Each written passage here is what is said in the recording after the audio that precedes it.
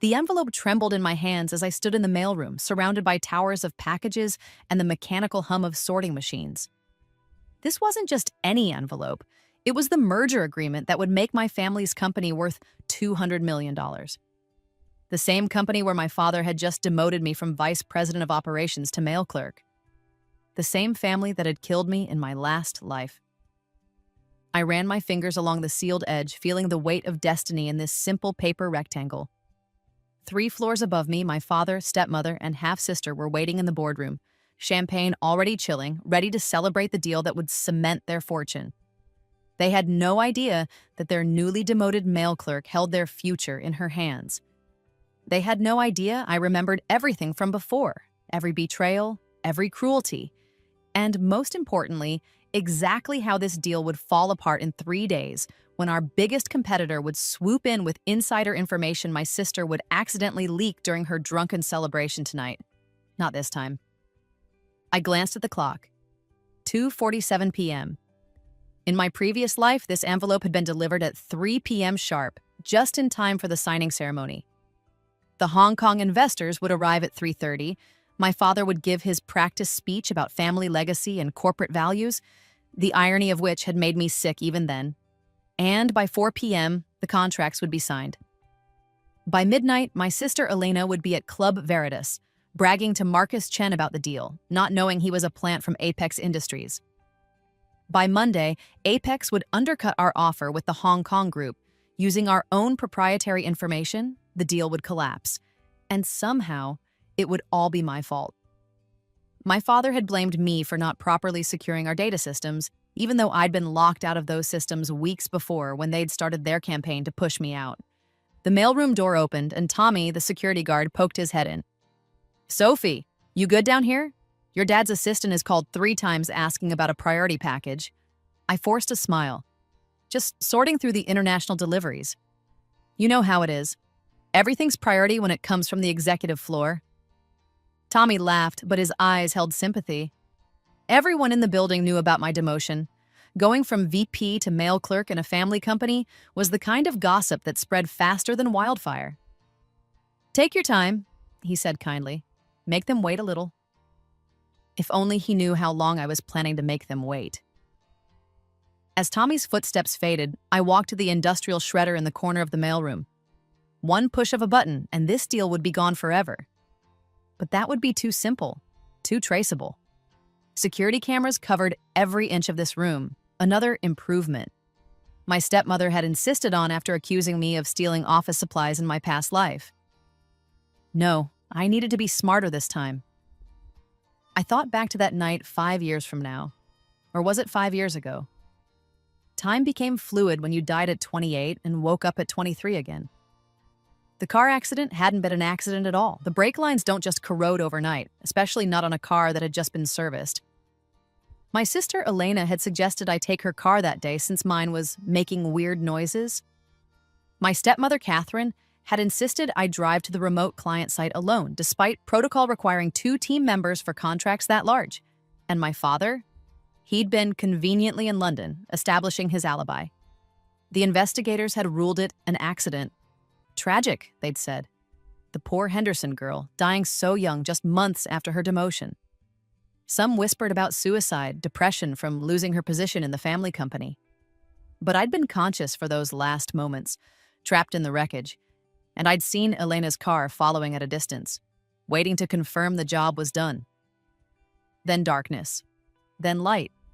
Then waking up in my apartment 5 years earlier, the morning of my 23rd birthday, with every memory intact and one chance to change everything.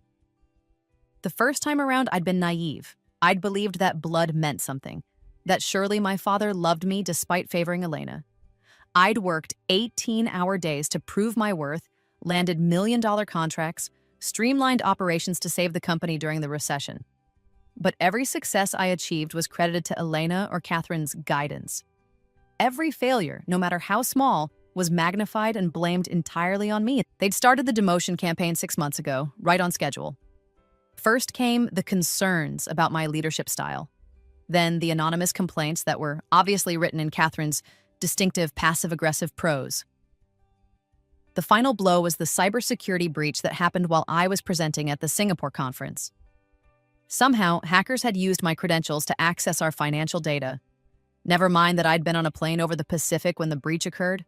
Never mind that the IP address traced back to a computer in Elena's apartment. Daddy needed someone to blame, and I was always the perfect scapegoat. But this time, I knew it was coming. I'd prepared. I pulled out my phone and opened the encrypted app I'd installed weeks ago. Every piece of evidence I'd collected was stored here. Screenshots of Elena accessing my credentials, recordings of Catherine planning the false complaints, financial documents showing their embezzlement. But the crown jewel was the email thread I'd discovered between Catherine and Marcus Chen from Apex Industries, dated 3 weeks ago, discussing the upcoming opportunity with the Hong Kong investors. They'd been planning to sabotage this deal all along. The original plan, as I'd learned in my previous life, was elegant in its cruelty. Let the deal go through, let Elena leak the information, let Apex steal it, then blame me for the security failure. Catherine's brother sat on Apex's board. He'd ensure she and Elena got a finder's fee for the information. $20 million for destroying the company, while my father scrambled to recover and eventually had to sell to Apex at a massive loss. Catherine would divorce him within the year, taking half of what remained, while Elena used her Apex connections to start her own firm. I'd learned all this at the end, of course. Catherine had visited me in the hospital after my first accident, a failed brake line that I'd somehow survived.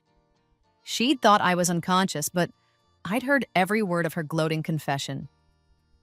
"You were never supposed to exist," she'd said. Richard's first wife should have known her place and disappeared. But no, she had to leave behind a reminder, a living claim to what should have been Elena's alone. My crime? Being born? Being my father's daughter from his first marriage.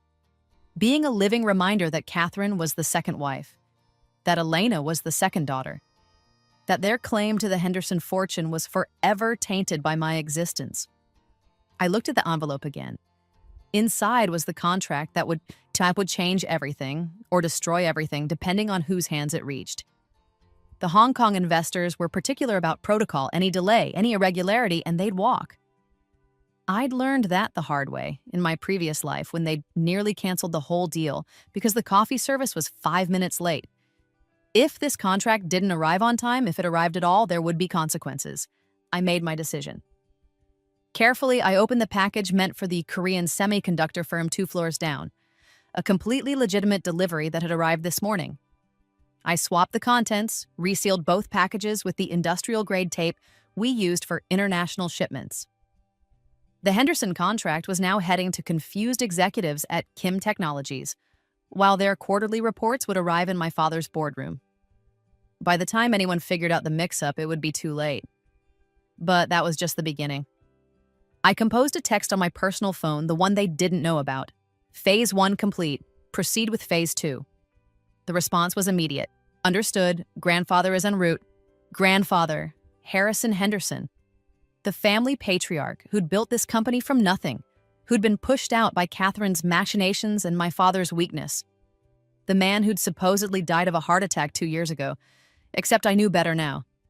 He was living quietly in Maine, having faked his death after discovering Catherine's first attempt to poison him. I'd found him 3 months ago after my rebirth and told him everything. He hadn't believed me at first. Who would? But I knew things only someone from the future could know. I knew about his secret account in the Caymans, the one he'd never told anyone about.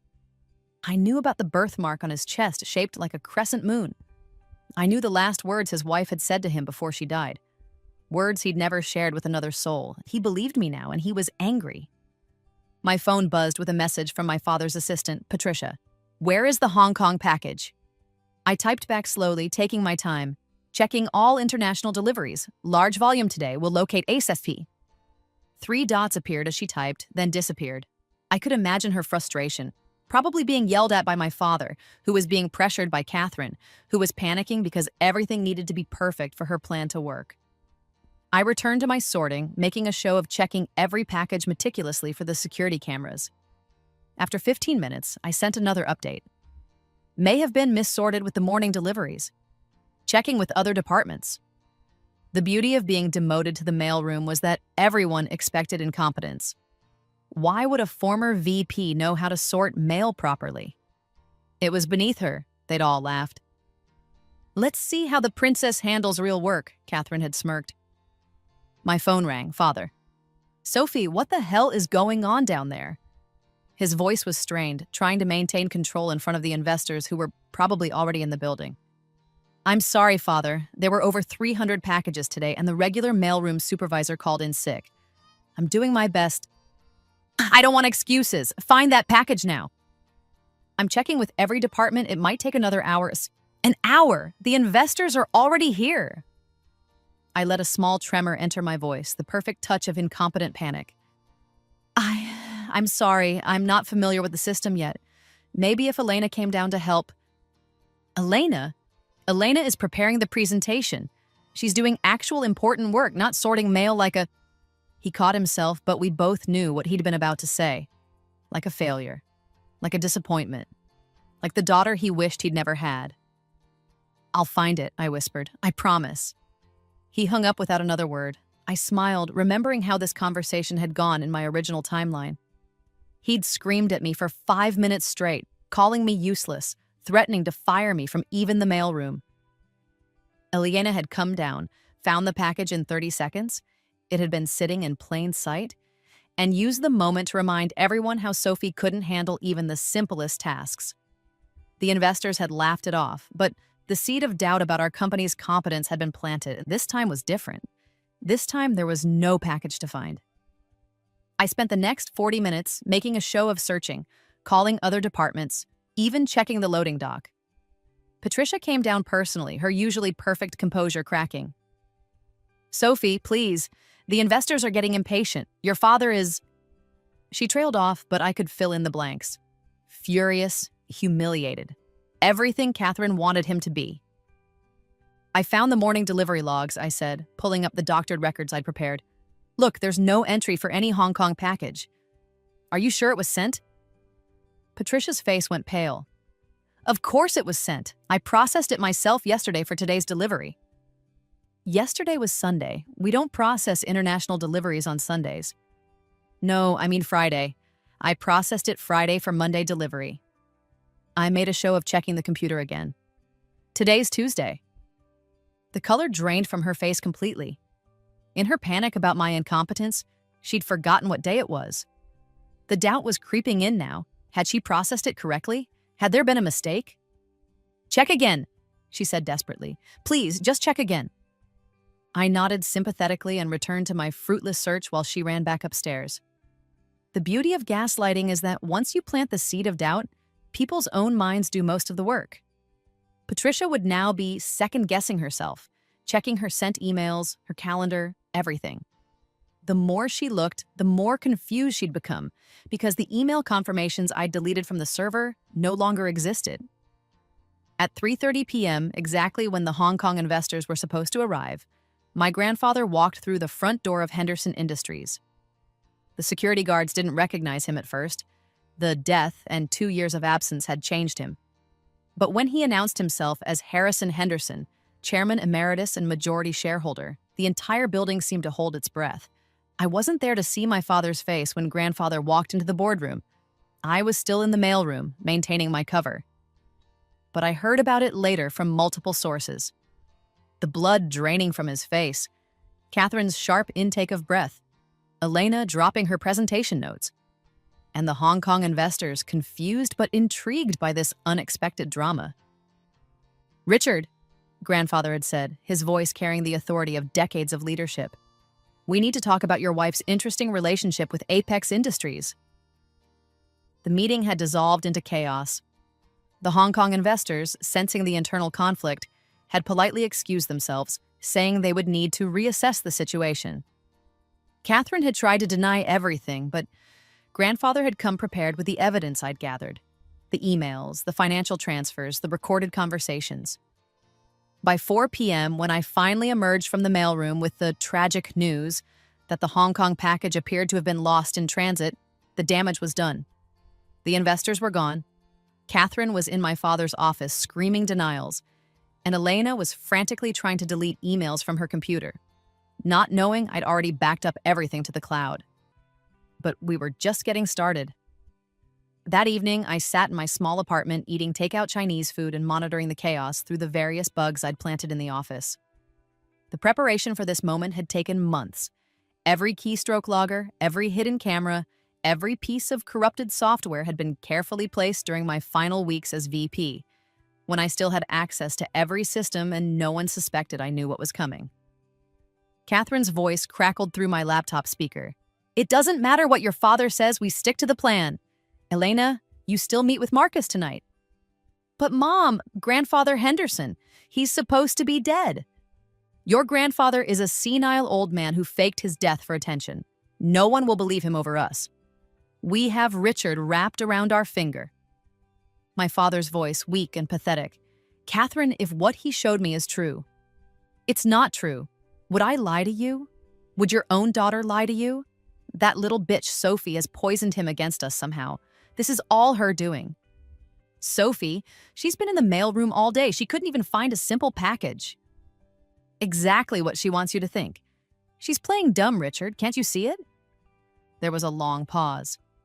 Then my father's voice, colder now. "Elena, you're not going to that club tonight." "But Daddy..." "No, not until we figure out what's happening. And Catherine, I want to see your phone." "My phone? Richard, this is ridiculous. You're going to believe your father who abandoned you over your own wife?" "My father never abandoned me. You told me he had dementia, that the doctor said it would be better if I didn't visit. You handled his medical care. You arranged the funeral. The closed casket funeral." The silence was deafening. I could picture the scene. Catherine realizing her carefully constructed lies were unraveling. Elena watching her mother's mask finally slip. And my father, for perhaps the first time in years, actually seeing the truth. But Catherine was nothing if not resourceful. "Fine," she said, her voice dripping with hurt innocence. "Check my phone, check everything. When you find nothing, I expect an apology. And Richard, if you're choosing your father and that disappointment of a daughter over your wife and Elena, then perhaps we should reconsider this marriage." The ultimatum hung in the air like a poison cloud. In my previous life, this tactic had always worked. My father, terrified of being alone, desperate for Catherine's approval, would always cave. But this time, he had grandfather back. This time, he'd seen the evidence. "Perhaps we should," my father said quietly. The sound of a door slamming echoed through the speaker. I smiled and reached for another spring roll. Phase 2 was complete. Time for Phase 3. That night, while my family tore itself apart in their mansion across town, I met with the Hong Kong investors at a quiet restaurant downtown. Grandfather had arranged the meeting, presenting me as his personal representative. The investors were skeptical at first. Why should they deal with a mailroom clerk? But I'd come prepared. Not just with the real contract, safely retrieved from Kim Technologies, who were very confused but cooperative, but with something better, a complete restructuring plan for Henderson Industries, one that would double their investment within 3 years. "You see," I explained, pulling up the presentation on my tablet, "the current leadership has been embezzling funds for the past 18 months. Here are the accounts, the transfers, the shell companies. With new management and the recovery of these funds, the company's value increases by 30% immediately." Mr. Chen, the lead investor, studied the documents carefully. "And you have proof of this embezzlement?" "Indisputable proof. My grandfather has already contacted the authorities. By tomorrow morning, Catherine Henderson and her daughter will be under federal investigation for wire fraud, embezzlement, and conspiracy to commit corporate espionage. And your father?" "Was unaware of his wife's activities, though his negligence in oversight makes him unfit to continue as CEO." I met Mr. Chen's eyes directly. "My grandfather will be resuming his position as chairman, and he's appointing me as interim CEO. You? Forgive me, Miss Henderson, but aren't you currently working in the mailroom?" I smiled. A temporary setback orchestrated by those who saw me as a threat. My record speaks for itself. I increased operational efficiency by 23% during my tenure as VP, landed the Yamamoto contract that everyone said was impossible, and identified the security vulnerabilities that my stepfamily later exploited. Every success attributed to Elena Henderson was actually my work, and I have the documentation to prove it. Mr. Chen exchanged glances with his colleagues. They spoke rapidly in Mandarin, not knowing I'd spent years studying the language in preparation for exactly this moment. They were impressed but cautious, worried about the instability. "The turmoil concerns us," Mr. Chen finally said in English. "Perhaps we should wait." "Apex Industries won't wait," I interrupted. "They're planning to approach you next week with an offer based on stolen proprietary information from Henderson Industries. Information they obtained through Marcus Chen. Is he a relative, by the way?" Mr. Chen's expression tightened. "A distant cousin. How did you know about Apex's plan?" "Because Catherine Henderson has been feeding them information for months, in exchange for a $20 million payout once they acquire our company at a reduced price after this deal fails. Your cousin Marcus is their inside man, tasked with approaching Elena tonight to get the final details needed to undercut our offer." I slid another tablet across the table, this one showing the email exchanges between Catherine and Apex, including several mentioning Marcus Chen by name. "It seems," Mr. Chen said slowly, "that we have been targeted for manipulation." "Yes, but not by Henderson Industries, by those who sought to destroy it from within. My grandfather and I are offering you a chance to be part of the solution, not victims of the scheme." The negotiations went on for 3 more hours. By the end, we had a deal, better terms than the original, actually, with me personally guaranteeing the benchmarks with my own assets. Well, the assets I would have once Catherine's embezzlement was proven and the funds recovered. As I left the restaurant at midnight, my phone buzzed with messages. 17 missed calls from my father, 12 from Elena, 43 from Catherine, and 1 text from Patricia. "The package was delivered to Kim Technologies by mistake. I'm so sorry for the confusion." I texted back, "No worries, these things happen. See you tomorrow." Tomorrow, when the FBI would arrive at 9 a.m. sharp with warrants. When the board would hold an emergency meeting to reinstate grandfather and appoint me as CEO. When the Hong Kong deal would be announced with great fanfare, saving the company from the manufactured crisis. But tonight, I had one more stop to make. Club Veritas was exactly as I remembered it. Too loud, too crowded, too desperate. Elena was there, despite my father's orders, sitting in VIP with Marcus Chen. She was already 3 drinks in, her voice carrying over the music as she complained about the day's events. "Can you believe it? My grandfather just shows up, supposedly back from the dead, and ruins everything. And Sophie, useless Sophie, who can't even sort mail properly, somehow she's behind this. I know it." Marcus leaned in closer, refilling her drink. "Tell me about the Hong Kong deal. Is it really dead?" "Dead? No, just delayed. Daddy will fix it. He always does. The terms are incredible. We're selling the subsidiary for $50 million over market value because of the patent portfolio." "Patent portfolio?" "The AI predictive modeling system. It's worth hundreds of millions if properly marketed, but the investors don't know that. We buried it in subsection 47 of the appendix. I recorded every word from my position at the bar, the directional microphone on my phone picking up their entire conversation." Marcus was good, I had to admit. He extracted information from Elena like a surgeon, precise and careful, making her think each revelation was her idea. By 2 a.m., he had everything. The real valuations, the hidden assets, the weaknesses in our negotiating position. Or rather, what Elena thought were our weaknesses. The information she was sharing was 3 weeks out of date, carefully curated misinformation I'd planted in the systems she had access to. As Elena stumbled to the bathroom, Marcus made a phone call. I recorded this too. His report to his handlers at Apex, the smug satisfaction in his voice as he detailed how he'd compromised the Henderson heir. When Elena returned, mascara slightly smudged, she leaned into Marcus with drunken confidence. "You know what the best part is? Once this deal goes through, Mommy says we can finally get rid of Sophie permanently. Make it look like an accident, maybe. She's so depressed about the demotion, everyone would believe she finally snapped." My blood ran cold, even though I'd heard this before.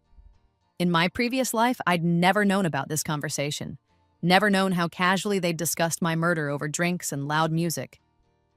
Marcus looked uncomfortable. That's extreme. Is it? She's in the way. She's always been in the way. Daddy might have loved her once, but not anymore. Not after we're done destroying her reputation. By next month, she'll be either dead or wishing she was. I'd heard enough. I sent the recording to my lawyer, CCing the FBI agent handling our case, with a note. Conspiracy to commit murder, please advise. As I left the club, I passed Elena one last time. She was laughing at something Marcus had said, her head thrown back, completely unaware that her entire world would come crashing down in less than 7 hours. Sophie? She noticed me, her eyes struggling to focus. What are you doing here? Don't you have packages to sort tomorrow? Just leaving, I said calmly. Enjoy your evening, Elena. She laughed, that cruel, tinkling laugh I'd heard so many times. Oh, I am. Marcus, this is my stepsister, Sophie, the one I was telling you about. Marcus extended his hand and I shook it, noting the slight tremor in his grip. He knew who I was. My photo was probably in his Apex dossier. Pleasure to meet you, he said. Likewise, I hope you're getting everything you need from my sister. His eyes sharpened, searching my face for hidden meaning, but I kept my expression neutral, almost vacant. The useless sister who couldn't even sort mail properly. Sophie's having a hard time adjusting to her new position, Elena said with false sympathy. It must be so difficult going from a VP to mailroom. But don't worry, sis. I'm sure you'll work your way back up. Maybe in 10 or 15 years you could be a secretary. Maybe, I agreed. Or maybe things will change sooner than you think. Elena laughed again. Things don't change at Henderson Industries. Not unless we want them to. I smiled. We'll see. The next morning came faster than expected.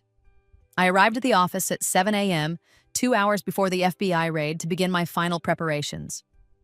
The mailroom was quiet, peaceful even, as I sorted through the packages that had arrived overnight. Patricia found me there at 7:30, looking haggard. Sophie, I need to apologize about yesterday. The stress of the situation? It's fine, I assured her. These things happen. Your father wants to see you. Now. I followed her to the executive floor, noting the tension in every employee we passed. Word had spread about grandfather's return, about the scene in the boardroom.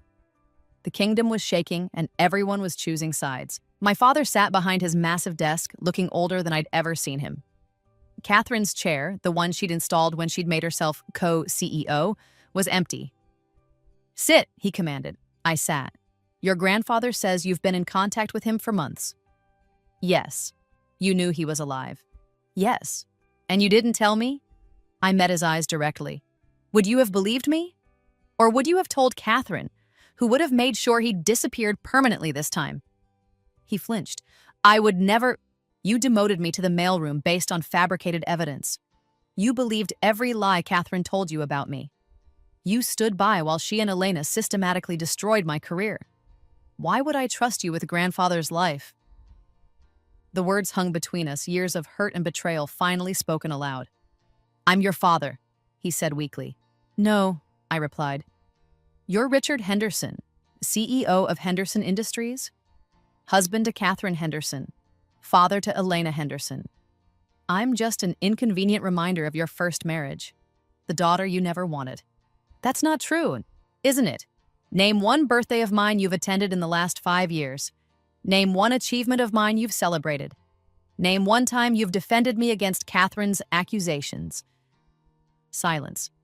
I can name dozens for Elena, I continued. The party you threw when she graduated with her purchase degree. The promotion you gave her despite her never completing a single project. The car you bought her when she crashed the third one. Enough! His voice was hollow. What do you want? An apology? I want nothing from you. Grandfather wants his company back. The board wants competent leadership. The FBI wants the criminals you've been harboring. And me? I just want to do my job. Your job? You're a mail clerk. The door burst open. FBI agents flooded in, led by Special Agent Martinez, whom I'd been corresponding with for weeks. Richard Henderson, we have a warrant to search these premises and all company records. Catherine Henderson and Elena Henderson are under arrest for wire fraud, embezzlement, and conspiracy to commit corporate espionage. My father stood, shock evident on his face, saying, "This is a mistake." "No mistake, sir. We also need to question you regarding your knowledge of these activities." As they led him away for questioning, he looked back at me, understanding finally dawning in his eyes. "You planned this.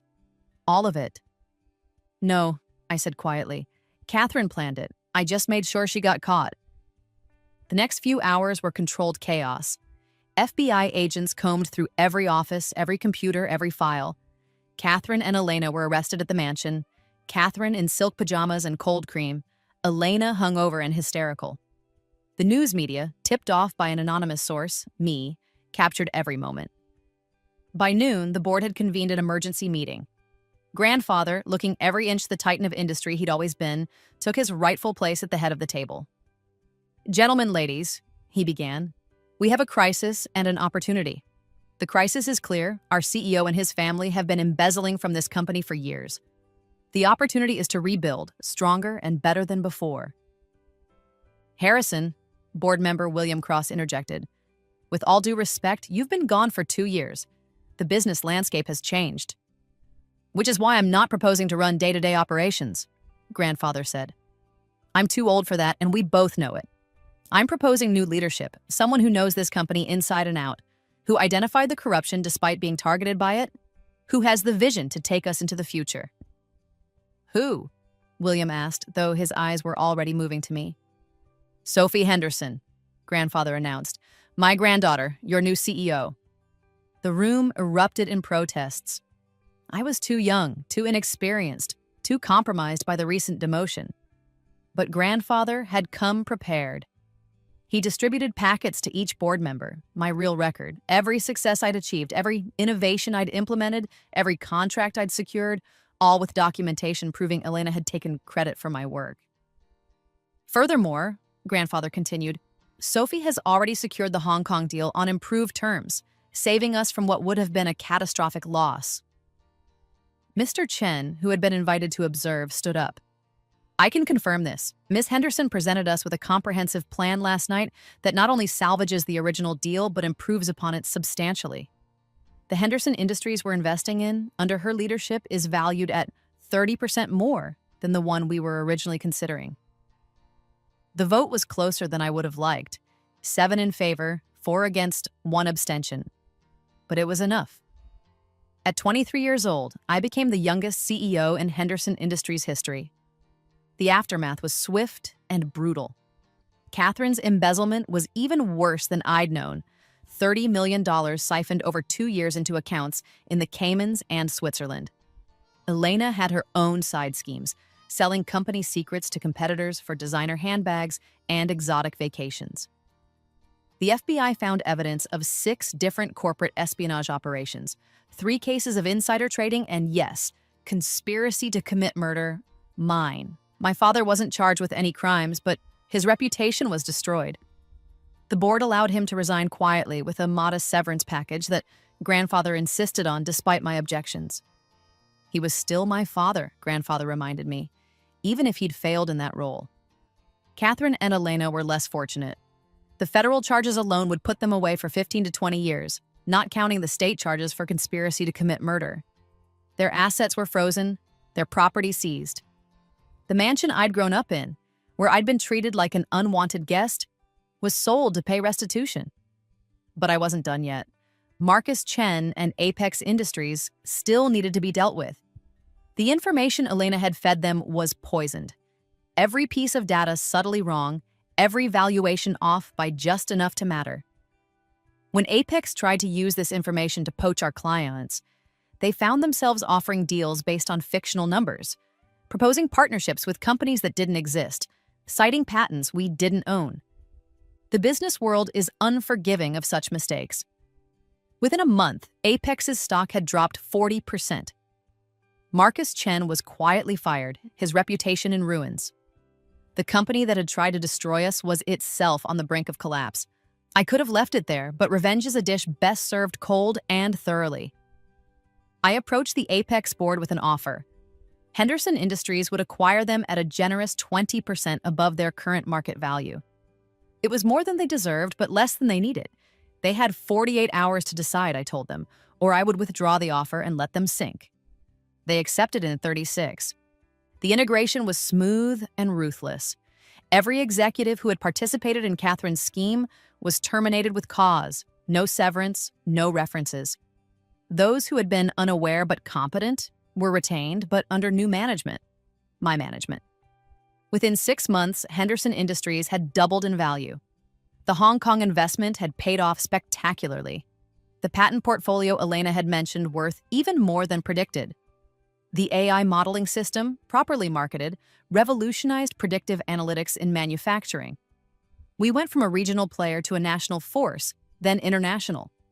I modernized everything: operations, culture, philosophy.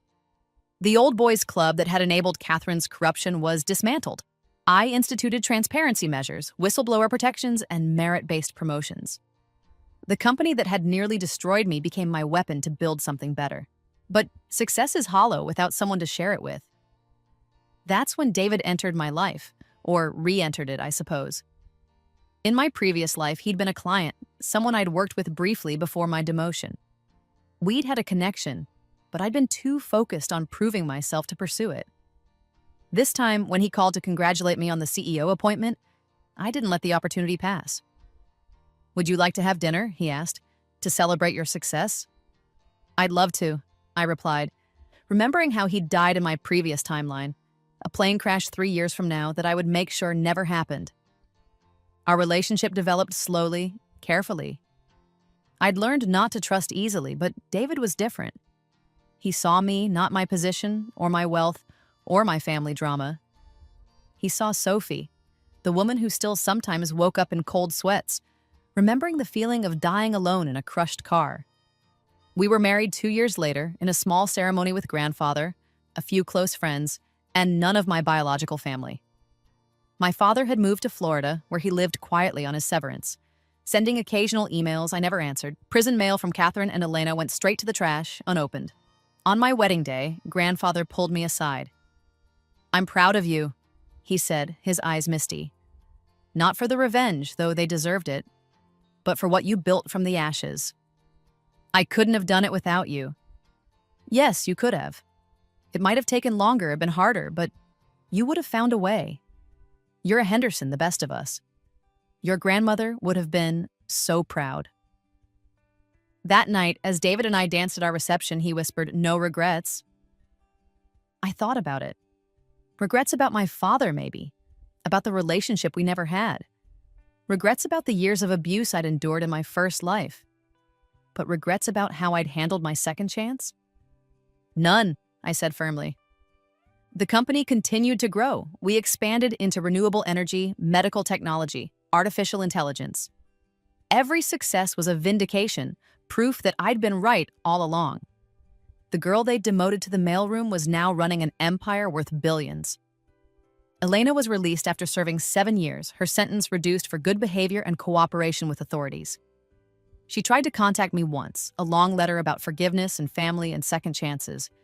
I had my assistant return it unopened with a cease and desist order. Some bridges are meant to stay burned.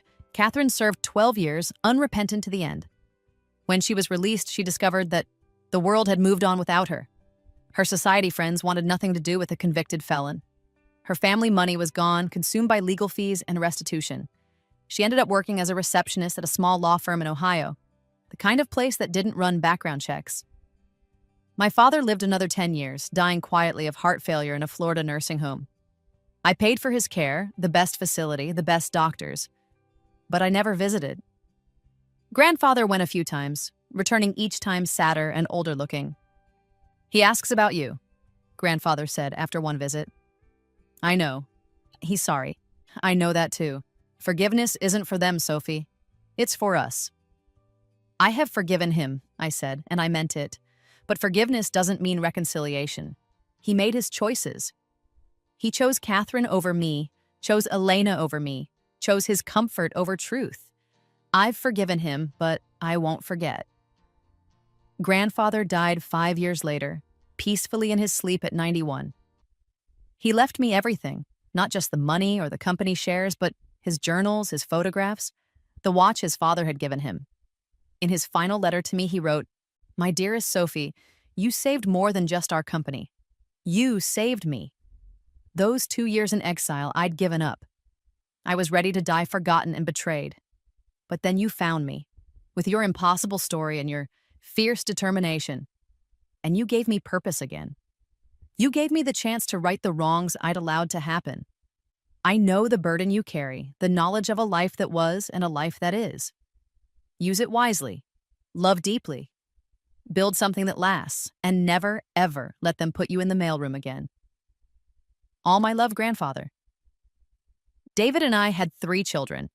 Harrison, after grandfather, Lily, after my grandmother, and James, who chose his own path. I told them stories about their great-grandfather, about building empires and fighting for what's right. I never told them about my first life, about dying at 28 and being reborn. Some secrets are too heavy to share. But I prepared them. I taught them to be strong but kind, successful but ethical, careful but brave. I taught them to recognize manipulation, to value truth over comfort, to stand up for those who couldn't stand for themselves. Most importantly, I taught them that family isn't about blood. It's about choice, loyalty, and love. The mailroom where I'd orchestrated my revenge was eventually renovated into a state-of-the-art automation center. But I kept one corner as it was, the spot where I'd stood holding that envelope, making the choice that changed everything. I had a plaque installed there, small and unobtrusive. Every empire begins with a single decision. Sometimes I stood there, usually late at night when the building was empty, and remembered the fear, the anger, the determination. The girl who'd died betrayed and alone, and the woman who'd risen from those ashes to build something extraordinary. One night, 25 years after my rebirth, I found my daughter Lily standing in that spot, reading the plaque. "Mom, what decision?" she asked. I looked at her, 23, the same age I'd been when I'd gotten my second chance, brilliant and ambitious and untouched by the cruelty that had shaped me. "The decision to fight back," I said, "to not accept the role others assigned to me, to believe I deserved better." Was it hard? The hardest thing I've ever done. Was it worth it? I thought about Elena, last I'd heard working as a grocery store manager in Detroit. About Catherine, who'd died alone and bitter in a charity ward. About my father, who'd spent his final years haunted by his choices. Then I thought about the company I'd built, the lives I'd changed, the family I'd created with David. "Every moment," I said. She hugged me then, spontaneous and warm, the kind of affection I'd never received in my first life. "I'm glad you fought, Mom. I'm glad you won." As we walked out together, I took one last look at the mailroom. Such an ordinary place for such an extraordinary revenge. But that's the thing about second chances. They don't always come in grand gestures or dramatic moments. Sometimes they come in small decisions, in choosing to fight instead of surrender, in recognizing that a demotion to the mailroom isn't an ending but an opportunity. The Hong Kong deal that had started it all was now just one small part of Henderson Industries' portfolio. We'd gone so far beyond those initial millions that the original contract seemed quaint. But I kept a copy in my office safe, not the one I'd hidden from my family that day, but the one we'd actually signed with my signature as CEO. Sometimes when young employees came to me discouraged about setbacks or demotions, I'd tell them a story. Not the whole truth. That was mine alone to carry, but enough. About a girl who was demoted to the mailroom and used that position to save a company. About how every job, no matter how humble, has power if you know how to use it. About how revenge isn't always about destruction. Sometimes it's about building something so magnificent that those who doubted you can only watch from the ruins of their own choices. "But how did she know what to do?" they'd sometimes ask. "She paid attention," I'd say. "She learned from her mistakes, and when the opportunity came, she was ready." It wasn't the complete truth, but it was true enough. I had paid attention to every betrayal, every scheme, every weakness in my first life. I had learned from my mistakes, the fatal mistake of trusting family who saw me as an obstacle. And when the opportunity came, in the form of death and rebirth, I had been ready. The empire I built wasn't just about revenge, though that had been the seed. It was about proof. Proof that I had always been valuable, had always been capable, had always been worthy. Every success was a vindication not just of my second life, but of my first one too. The girl who died in that car crash hadn't been worthless. She'd just been surrounded by people who couldn't see her worth.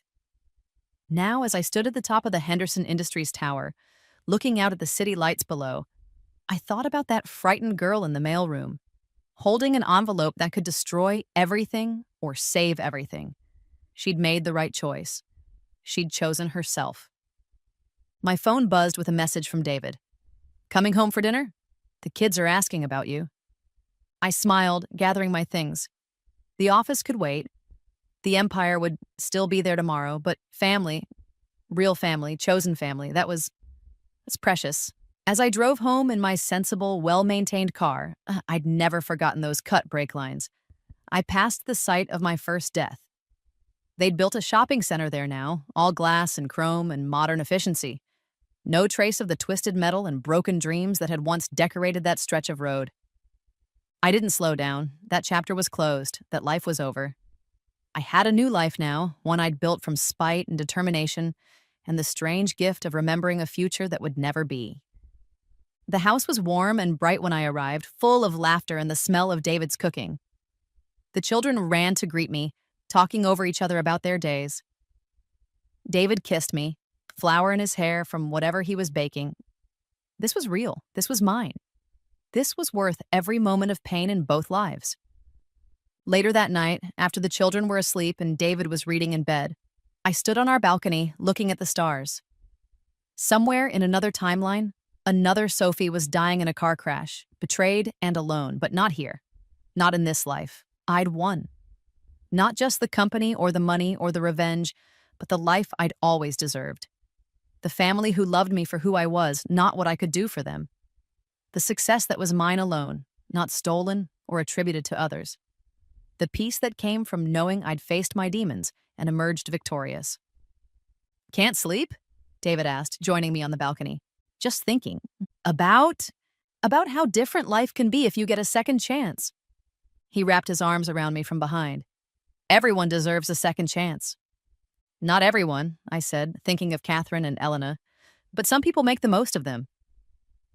We stood there together, looking at the city where I'd died and been reborn, where I'd been demoted and had risen, where I'd been betrayed and had triumphed. It was a good city, full of possibilities and second chances. My story could have ended differently. I could have used my knowledge to simply escape, to run away and start fresh somewhere else. I could have chosen forgiveness over revenge, reconciliation over justice. But that wouldn't have been me. I was Sophie Henderson, the girl who'd been demoted to the mailroom and had used that position to bring down an empire of lies and build one of truth. The mailroom had been my lowest point and my greatest opportunity. Every package I'd sorted, every delivery I'd misdirected, every moment of calculated incompetence had been a step toward this life. They'd thought they were punishing me by putting me there. Instead, they'd handed me the keys to their destruction. I thought about the young employees who sometimes came through our mailroom now, part of the management training program I'd instituted. They spent a week in every department learning the company from the ground up. When they reached the mailroom, I always made a point to visit them. "This is where it all starts," I'd tell them. "Every communication, every contract, every deal passes through here. If you want to understand a company's heart, work in its mailroom." They'd nod, not really understanding, seeing it as just another rotation. But sometimes one or two would get it. They'd realize the power in the mundane, the opportunity in the overlooked. Those were the ones I watched, the ones I promoted, the ones who understood that power isn't always where you expect to find it. The Henderson Industries mailroom became something of a legend in business schools. The CEO in the mailroom they called the case study. How Sophie Henderson had turned corporate humiliation into corporate domination. They got most of the facts wrong, of course. They didn't know about the rebirth, the future knowledge, the careful planning that had started long before that demotion. But they got the heart of it right. Never underestimate someone just because they're at the bottom. Never assume that demotion means defeat. And never, ever put someone with nothing left to lose in charge of your most important communications. As the years passed and my children grew, as the company expanded and my legacy solidified, I sometimes wondered what would have happened if I'd never been reborn, if I'd simply lived that first life, dying at 28, betrayed and forgotten. Would Catherine and Elena have succeeded in their plans? Would my father have ever seen the truth? Would grandfather have died alone in Maine, believing his family had abandoned him? There was no way to know, and dwelling on it served no purpose. I had been given a gift, terrible and wonderful in equal measure. The knowledge of my own death, the memory of every betrayal, the chance to change everything. I'd use that gift not just for revenge, but for redemption. Not just for destruction, but for creation. The mail room where I'd sorted packages was now a reminder that every ending can be a beginning. Every demotion can be a promotion in disguise. Every betrayal can become a triumph. You just have to be willing to see the opportunity in the obstacles, the power in the powerlessness, the victory in the defeat. My story, the real story, not the sanitized version told in business schools, was one of death and rebirth, of betrayal and revenge, of falling to the bottom and rising to the top. It was a story I'd never tell in full, carrying the secret of my second chance to my grave. But it was also a story of hope, proof that sometimes, just sometimes, the universe gives you exactly what you need to set things right. As I finally went to bed that night, lying next to David in our beautiful home, surrounded by the life I'd built from the ashes of my first death, I whispered a thank you to whatever force had given me this second chance. Then I closed my eyes and slept peacefully, no longer haunted by memories of dying alone, no longer afraid of being betrayed. I had won, and that victory had been worth every moment in the mailroom,